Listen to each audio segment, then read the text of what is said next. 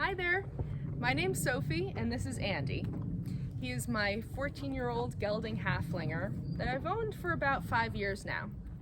And he has truly been the living being that has taught me so much about myself through learning about him. Now when I first got him, I learned that he had a terrifying idea about bikes. He thought they were going to kill him.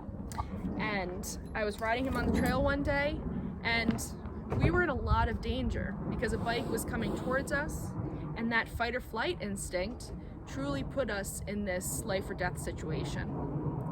Now, with horses, those instincts are completely natural, but we also have to recognize that they're completely natural with humans as well. That fight, flight, or freeze.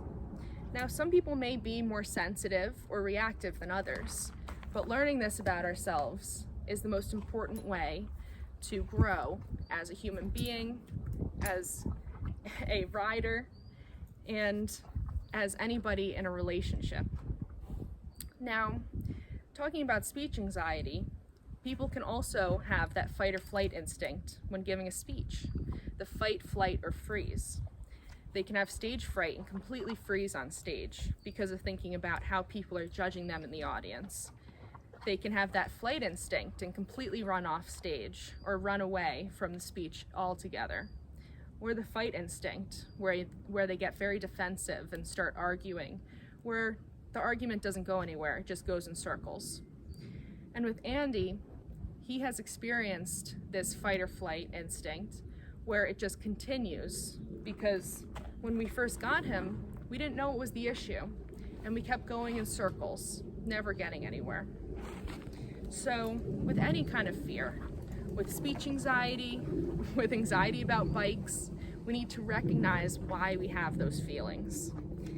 What I learned about Andy was that he was abused in the past, and it had to do with people leading him while riding a bike. And figuring out this deeper trauma is the most important way to move on. Maybe you're giving a speech and you've experienced a lot of judgment and bullying in the past. Now, recognizing that is a really big step in learning about yourself and giving yourself kindness that did happen in the past, but it doesn't necessarily mean that's going to happen in the future. And in order to really move past that is that exposure therapy, where we've been showing Andy bikes in a peaceful, understanding setting and not getting mad at him for those fight or flight instincts. But we're practicing. And practice and preparation is the biggest thing about speeches and the biggest thing that can take away that anxiety. The more you practice, the better you're going to get and the more confidence you're going to get in yourself that you can move through the speech with ease. Now, you can start small. This doesn't mean that you have to go practice at Rockefeller Center in front of hundreds of people. With Andy, we started one-on-one. We put him alone with the bike. There's no pressure from humans, and he can work through that himself. Just like I'm doing with you now, I am looking at a camera, not a big group of people. And you can grow from there. So maybe I ride the bike around far away enough, but so Andy can still see me. And you can do the same thing with speeches.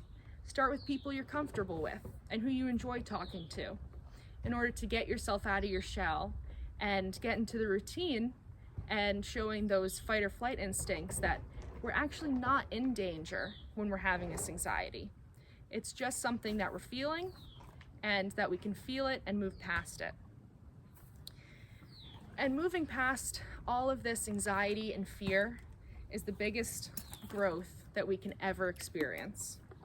Moving past Andy's fear of bikes, we're now able to enjoy the trails and enjoy horse shows where bikes are always around.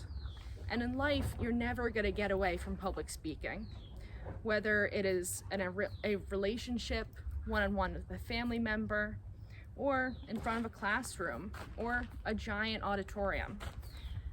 You're always going to be surrounded by it, and starting small now is the best way to work up to those big moments.